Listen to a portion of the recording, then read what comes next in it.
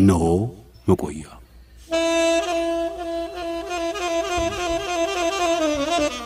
በመቆያችን እናቆያችሁ።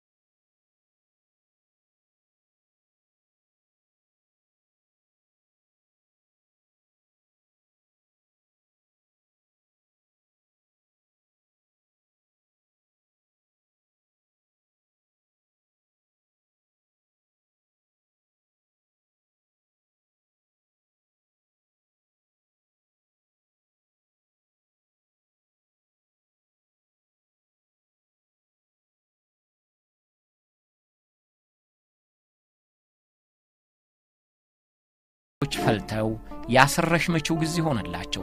ዳንስ ዳንኪራና ቁማር ባልተለመደ መልኩ ይበዛበት የሀብት መጠን መለኪያም ተደርጎ የተቆጠረበት ጊዜ ነበር።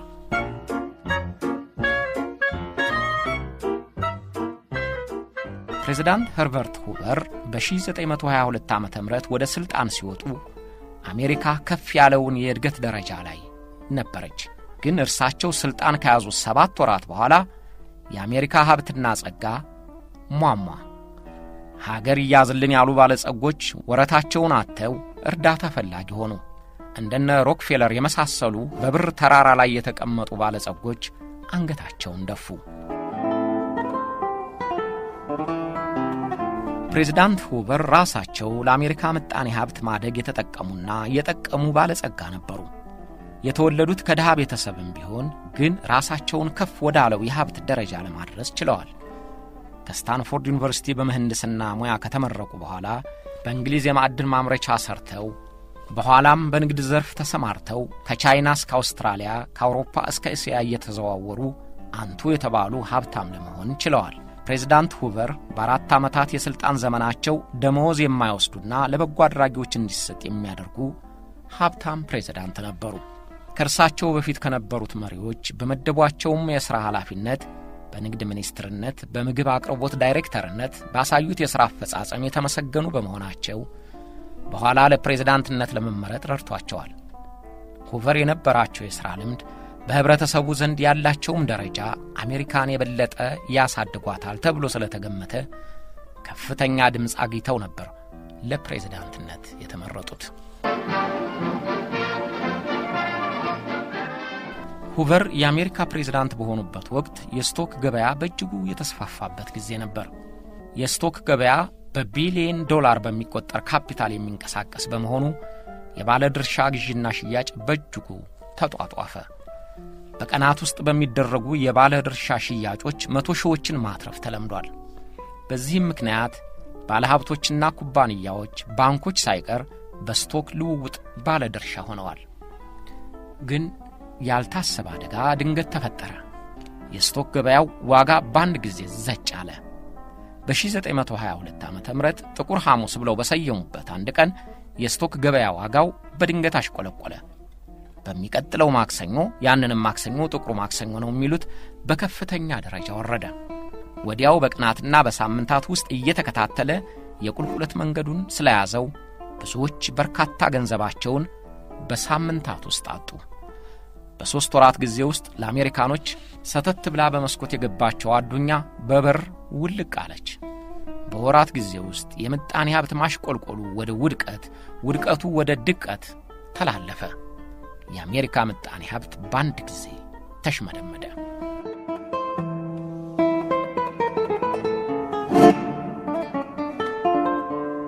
ፕሬዝደንት ሁቨር ስልጣን በያዙ 7 ወራት አስደንጋጩን ውድቀት ሲሰሙ አልደነገጡም።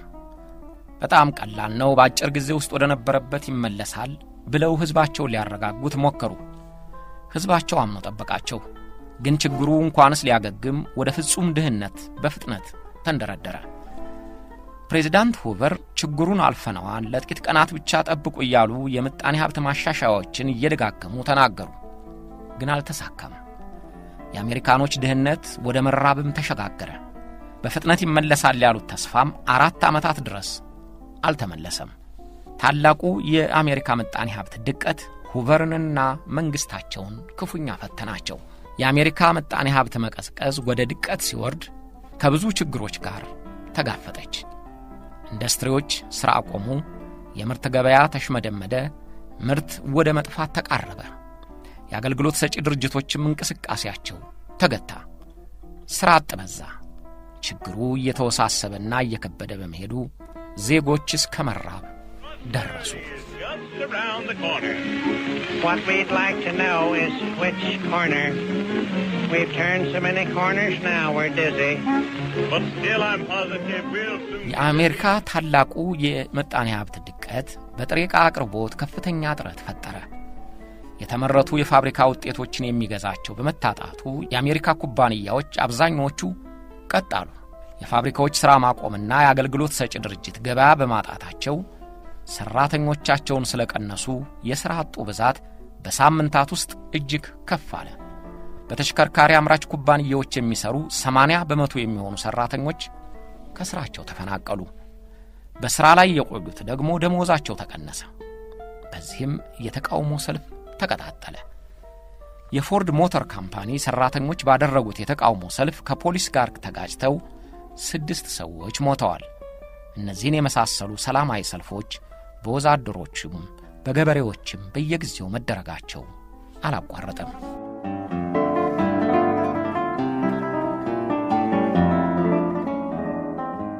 የሁቨር መንግስት የሥራ አጡን ቁጥር ለመቀነስ የራሱን ጥረት ማድረጉ አልቀረም። ለምሳሌ በድቀቱ የመጀመሪያዎቹ ወራቶች አሰሪዎች ለጥቂት ጊዜ እንዲታገሱና ሰራተኞችን እንዳያባርሩ ወይም ደሞዛቸውን እንዳይቀንሱ ለማድረግ ችሎ ነበር። ነገር ግን ምጣኔ ሀብቱ ከሚንፈራፈርበት አዘቅት ለመነሳት የሁቨር መንግስት እንዳሰበው ወራቶች ቀርቶ ዓመታት አልበቁትም። ስለዚህ በታሰበው መንገድ ለመቀጠል አልተቻለም። ኢንዱስትሪዎች ሰራተኞችን መቀነስ ሳይሆን ራሳቸውም እስከ መዘጋት ደረሱ። የሥራ አጡ ቁጥር ብዛት በፕሬዝደንት ሁቨር 4 የሥልጣን ዓመታት ከ1.6 ሚሊዮን ወደ 14 ሚሊዮን ተምዘገዘገ።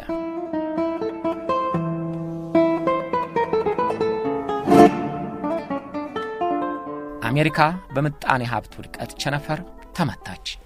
ከዚያ በፊት በዚያ መጠን ታይቶ አይታወቅም የሚባለው የምጣኔ ሀብት ድቀት ሕዝቡን ረሃብተኛና ስደተኛ አደረገው።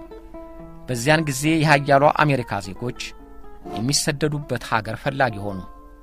ከዚያ በፊት የነበረው ወደ አሜሪካ የመሰደድ ልማድ ተገልብጦ ከአሜሪካ ለመውጣት የሚፈለግበት ጊዜ ሆነ። ብዙዎቹ ወደ ካናዳ፣ ወደ አውስትራሊያ፣ ወደ ደቡብ አፍሪካ ተሰደዱ። ወደ አሜሪካ ተሰደው የነበሩትም ወደ ትውልድ ሀገራቸው ተመለሱ። ከአሜሪካ ግዛቶች ይሻላል ወደ ተባሉት ግዛቶች መዘዋወሩ መታገጃ ጠፋበት። ብዙዎች ረሃብተኛ አሜሪካኖች ከአንድ አካባቢ ወደ አንዱ በመዘዋወር በየባቡሩና በየባቡር ጣቢያው እየቆዩ ጊዜያቸውን ያሳልፉት ነበር። በተከታታይ ለ4 ዓመታት እንኳን ሊያንሰራራ የውድቀት ቁልቁለቱን ከመውረድ ያልተገታው የአሜሪካ ምጣኔ ሀብት ብዙዎች ከንብረታቸውና ከቤታቸው አፈናቅሎ ጎዳና ላይ ወረወራቸው። ከሥራ የተቀነሱትና ገቢ የሌላቸው ቤት ተከራዮች ኪራይ መክፈል ካልቻሉ ቤቱን እንዲለቁ ይገደዳሉ። ግን የትም መሄድ አይችሉም። ቤት እንዳይከራዩ ገንዘብ የላቸው። ዕቃቸውን እንኳን ወስደው የሚያሳርፉበት ቦታ አልነበራቸውም። ስለዚህ መልካም ኑሮ ይኖሩ የነበሩ አሜሪካውያን በአጭር ሳምንታት ቤት የሌላቸው ዱር አዳሪዎች ሆኑ። በሳምንታት ውስጥ ባለብዙ ንብረት የነበሩት የሚሄዱበት ጠፋቸው። ቤት የሌላቸው ባለመኪኖች ለዕለቱ በየመኪኖቻቸው ላይ ቤተሰብና ዕቃ እየጫኑ ተንከራተቱ። ችግሩ የአሜሪካን ድሆች በአጭር ጊዜ አበራከታቸው።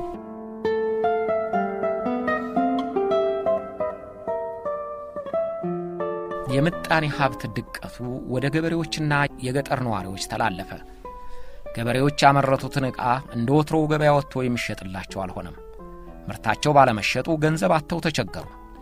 ለማዳበሪያና ለዘር የተበደሯቸውን ተቋሞች ገንዘቡን እንዲመልሱ አለበለዚያ ለማስያዣ ያስገቡት ቤትና መሬት እንደሚወረስ ተነገራቸው። ችግራቸውን የተረዳው የሁቨር መንግሥት የገበሬዎቹን ምርት እንደሚገዛቸውና አትርፈው እንዲያመርቱ አሳሰባቸው። የመንግሥት ዓላማ ምርቱን እየገዛ በአውሮፓና በላቲን አሜሪካ ባሉ ሀገሮች እየሸጠ ገበያውን ለማስፋፋት ነበር። ነገር ግን በአንደኛው የዓለም ጦርነት ሰለባ የነበሩት ሀገሮች አውሮፓውያኑና ሌሎችም ሀገሮች ዓለም አቀፍ ይዘት ባለ የምጣኔ ሀብት ድቀት ተደፍቀው ስለነበር የአሜሪካን የእርሻ ምርቶች ለመግዛት ፍላጎት አልነበራቸው። እንዲያውም ከውጭ ሀገሮች ለሚገቡ የእርሻ ምርቶች ግብሩን ከፍ እያደረጉ ሕዝባቸው በሀገሩ ምርት ላይ አተኩሮ ገበሬውን እንዲያነቃቃ ዕቅድ ነድፈዋል። ስለዚህ የሁቨር መንግሥት ለገበሬዎቹ የገባውን ቃል መፈጸም አቃተው። የአሜሪካ ገበሬዎች ገበያ ያጡ ምርቶቻቸውን ታቅፈው ቁጭ አሉ። ስለዚህ ገበሬዎቹ በመንግሥት ላይ ተናደዱና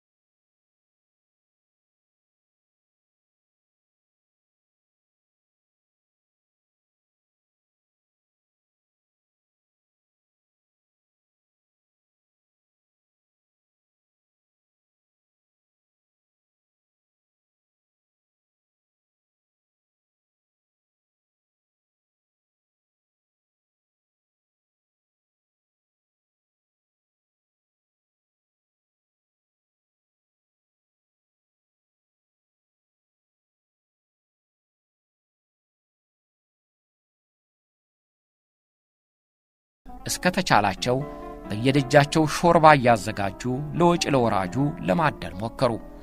ግን በስፋት ችግር የሸነቆጠውን ሕዝብ ጎኑን ለመጠገን የሚያስችል ሆኖ አልተገኘም።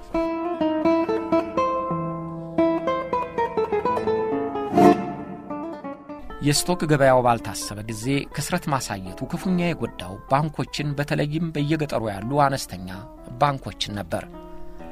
ባንኮች ከዚያ በፊት ባሉት ዓመታት የስቶክ ገበያ ባለድርሻነት አዋጭ መሆኑን እየተመለከቱ ባለድርሻ ሆነው ነበር። የስቶክ ገበያው ሲከስር በደንበኞቻቸው ገንዘብ የገዙት ድርሻ ውሃ በላው። ስለዚህ ክስረታቸውን አፋጠነው።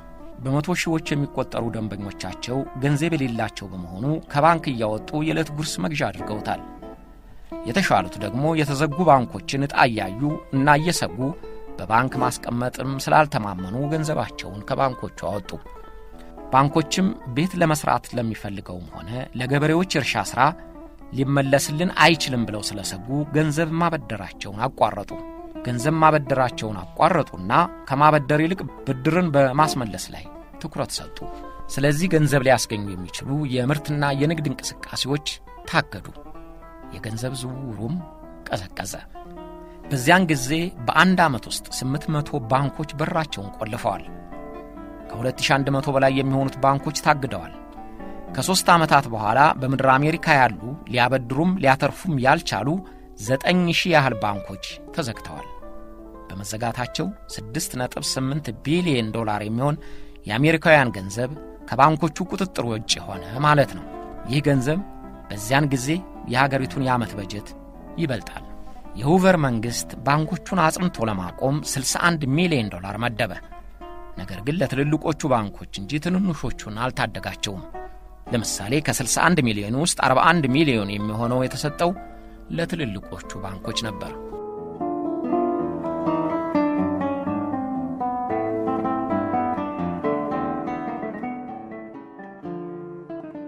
አሜሪካ በምጣኔ ሀብት ድቀት እየተብረከረከችና እየተደፈቀች በሄደች ቁጥር የዜጎች ጥያቄዎች መፍለቅ ጀመሩ።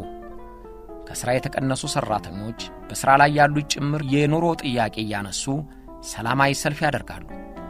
ሰላማዊ ሰልፋቸው መልስ ካላገኘ ወደ ሕገወጥ ተግባር ያልፋሉ። የደሞዝና የሥራ ጥያቄ የሚደረግባቸው ሰልፎች ደግሞ አስገዳጅነት አያጣቸውም። ዛሬውኑ ካልተደረገ የሚል ቀጭን ትዕዛዝ ይተላለፍባቸዋል። አሜሪካ ከተመሰቃቀለችበት ሁለገብ ውጥረት መላቀቅ ያቃተው የሁቨር መንግሥት በውሃ ላይ ቆረቆር እንደሚባለው ከዚያም ከዚህም ገንዘብ አምጣ የሚል ጥያቄ ተነሳበት።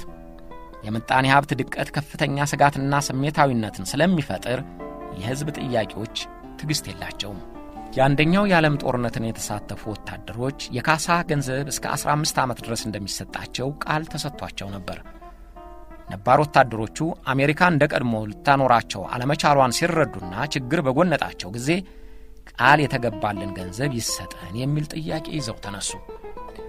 የአንደኛው የዓለም ጦርነትን የተሳተፉ 1500 የሚሆኑ ጡረተኛ ወታደሮች ከያሉበት ተሰብስበው ጥያቄያቸውን ለማቅረብ ዋሽንግተን ደረሱ።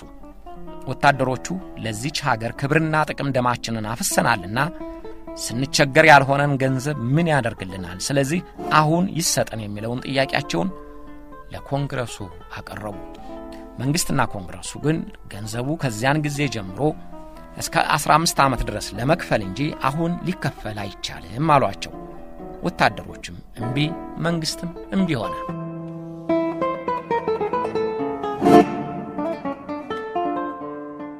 ጥያቄያችን አልተደመጠልንም ያሉት የቀድሞ ወታደሮች በምክር ቤቱ ሕንፃ ዙሪያ ሰፈራቸውን አድርገው አዎንታዊ መልስ ካላገኘን ይህን ቦታ ብንለቅ ቃል ለምድር ለሰማይ አሉ።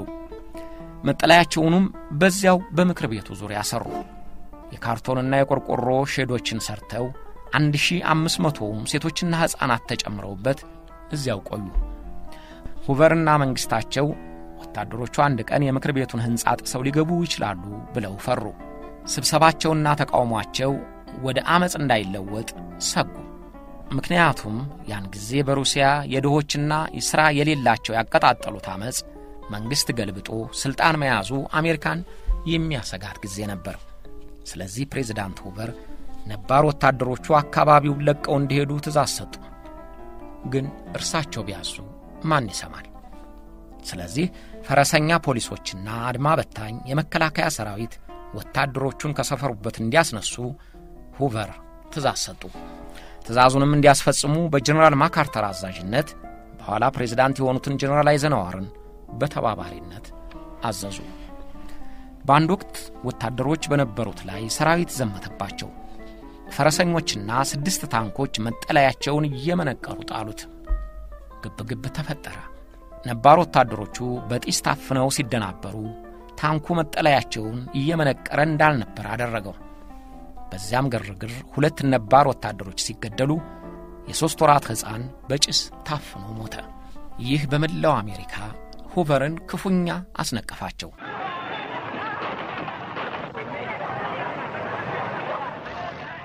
አንዳንዶች ያንን አሰቃቂ ድርጊት እንዲፈጸም ሁቨር አላዘዙም እያሉ አስከፊ እርምጃ የመውሰዱን ኃላፊነት በጦር አዋቂነታቸው የታመኑትንና በሁለተኛው የዓለም ጦርነት የጃፓንን ጦር የሰበሩትን ጀነራል ማካርተርን ያደርጓቸዋል። ሌሎች አስተያየት ሰጪዎች ደግሞ ጀነራል ማካርተር ያንን እርምጃ የወሰዱት ለእርሳቸው አሜሪካንን መጠበቅ አድርገው ስለቆጠሩት ነው ይላሉ። ወታደራዊ ባህሪያቸውና ፍላጎታቸው አሜሪካ እንደ ሩሲያ በሶሻሊዝም አስተሳሰብ እንድትወድቅ ስለማይፈልጉ ነው ይሉላቸዋል። ያም ሆነ ይህ አባት ወታደሮቹ ተገፍተውና ተደብድበው ቦታቸውን ለቀቁ። ድርጊቱ በእጅጉ ተነቀፈ። የመቀበሪያ ሳጥኑ የተገዛለት የሁቨር መንግስት ወደ መቃብሩን እንደመወርወር ያህል የሚቆጠር ድርጊት ሆነ። የምጣኔ ሀብቱን ድቀት ሊያሻሽሉት ባለመቻላቸው ያዘነባቸው ህዝባቸው በአባት ወታደሮቹ ላይ የተወሰደው እርምጃ የመረረ ጥላቻ አተረፈላቸው። ዋጋውን የሚከፍሉት ግን ጀነራል ማካርተር ሳይሆኑ ፕሬዝዳንት ሁቨር ናቸው። ፕሬዝዳንት ሁቨር ምንም እንኳ በድብደባና በታንክ እንዲነሱ ትዕዛዝ ባይሰጡም ኃላፊነቱን ለመውሰድ አላቅማሙም። ህዝባቸው ምክንያቱን ለማስረዳት ያደረጉትን ጥራት አላመነላቸው ኑሮ ሁለተኛ እንዳይመረጡ አድርጓቸዋል። ከስልጣን ከወረዱም በኋላ እንኳ ዝናቸው ሟሾ እንዲቀር ይህ እርምጃቸው አስተዋጽኦ አድርጓል።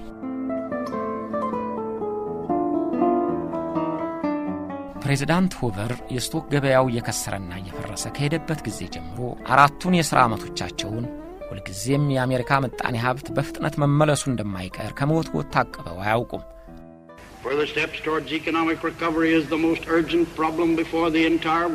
ምጣኔ ሀብቱን እንደገና ማሳደግ በሁሉም ዓለም ቅድሚያ የሚሰጠው እርምጃ ነው።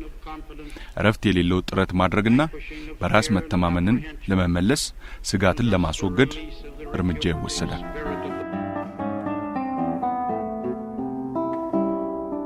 ውድቀቱ እንደተጀመረ መጥፎውን ጊዜ አልፈነዋል፣ የአሜሪካ ምጣኔ ሀብት የተረጋጋ ነው ብለው ተናግረው ነበር። ግን ባሰበት እንጂ አልተመለሰም። በየወራቱ በተዝናና ስሜት ለጥቂት ወራት ብቻ ጠብቁ የሚል የሬዲዮ መልእክታቸውን ያስተላልፋሉ።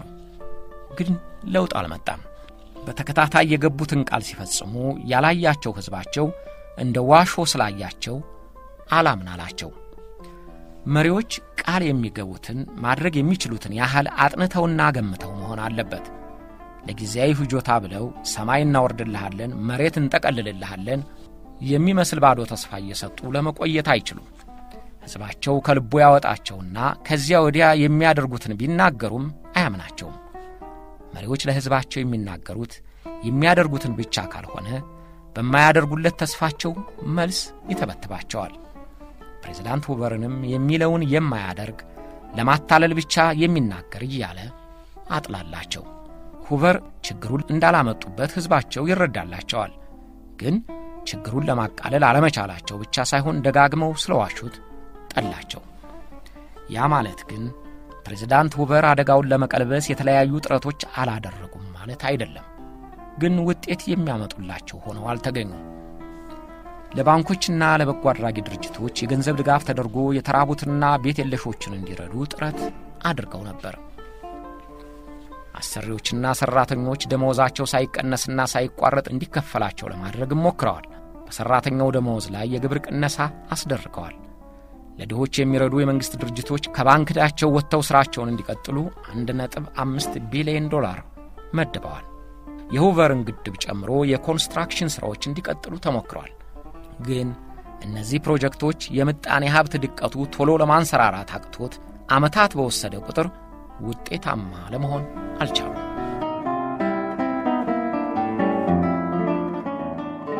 ፕሬዝዳንት ሁቨርን ለትችት ያጋለጣቸውና ከህዝባቸው ጋር ያቃቃራቸው በእርዳታ አሰጣጥ ላይ በያዙት አቋም ነው። ፕሬዝዳንት ሁቨር ምግብና ቤት የሌላቸውን የፌዴራሉ መንግስት በቀጥታ መርዳት የለበትም የሚል አቋም ነበራቸው።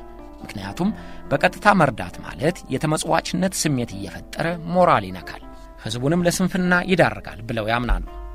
ስለዚህ በቀጥታ ድሆችን መርዳት የበጎ አድራጊ ድርጅቶች ሥራ ነውና ድጎማው መስጠት የሚገባው ለበጎ አድራጎት ድርጅቶቹ ነው ብለው ይከራከራሉ። በዚያም ላይ ሁቨር እርሳቸው ከድህነት ተነስተው የናጠጡ ሀብታም እንደሆኑት ሁሉ የግለሰቦችን ጥረት ማበረታታት እንጂ እርዳታ በቀጥታ መስጠት ጥሩ መንገድ ነው ብለው አላመኑ። በችግር የሚጠበሰው ህዝብ ግን የሞራልና የስንፍና ውጤትን ለመገንዘብ አይችልም። ገንዘብ የሌለው ህዝብ ባንክ እናጠናክርልህ ቢሉት ጉዳዩ አይሆንም። የሌለውን ገንዘብ የሚያስቀምጥበት ባንኮችን ከማጠናከር ይልቅ የዳቦ ጥያቄውን እንዲመልሱለት ይፈልጋል። ኮንግረሱ የፌደራል መንግስቱ ከ$60 ሚሊዮን በላይ ወጪ አድርጎ የበረዳቸውን እንዲያለብስ የራባቸውን እንዲያጎርስ ተስማምቶ ነበር። ፕሬዝዳንት ሁቨር ግን ባቋማቸው ጸኑ። በዚህም ህዝባቸው አይንህ ላፈር አላቸው። ሲራብና ሲጠማ ቤታቶ ሲንከራተት ጉርሻውን ካፉ ላይ የነጠቁት አድርጎ አያቸው። በእርግጥ በመጨረሻ የሥልጣን ጊዜያቸው ለችግረኞች የቀጥታ እርዳታ ማድረግ ተጀምሮ ነበር። ግን ትንሽና የዘገየ ስለሆነ ምስጋና አላገኙበትም። የዚህን ጥላቸው ዋጋም ለሁለተኛ ጊዜ ምርጫ ሲወዳደሩ ሲከፍሉት ልናይ ነው።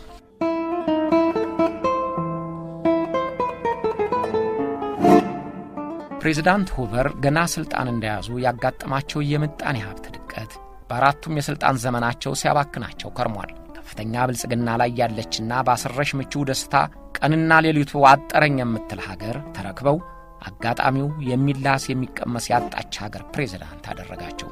በየዕለቱ የሚመጡትን የዜጎች ሰቆቃ ለማቃለል ከላይ ታች ቢለፉም አልተሳካላቸው። እርሳቸው ግን ድቀቱ ዓለም አቀፍ ይዘት ያለው በመሆኑ ነው እንጂ ከመንገዳችን አልወጣንም ብለው ይከራከራሉ።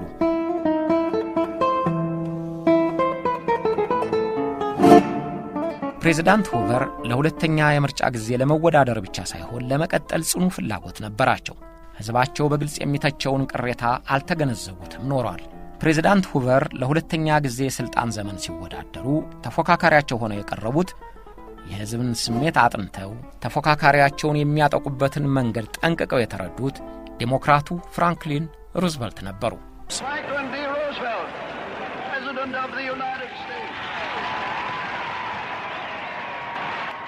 ፕሬዝዳንት ሁቨር ከዚያም በፊት ከዚያም ወዲህ ታይቶ በማይታወቅ የድምፅ ልዩነት ተሸነፉ። ሽንፈታቸውና ታላቁ የአሜሪካ ኢኮኖሚ ድቀት ከእርሳቸው ስም ጋር ተያይዞ ሲነሳ ይኖራል።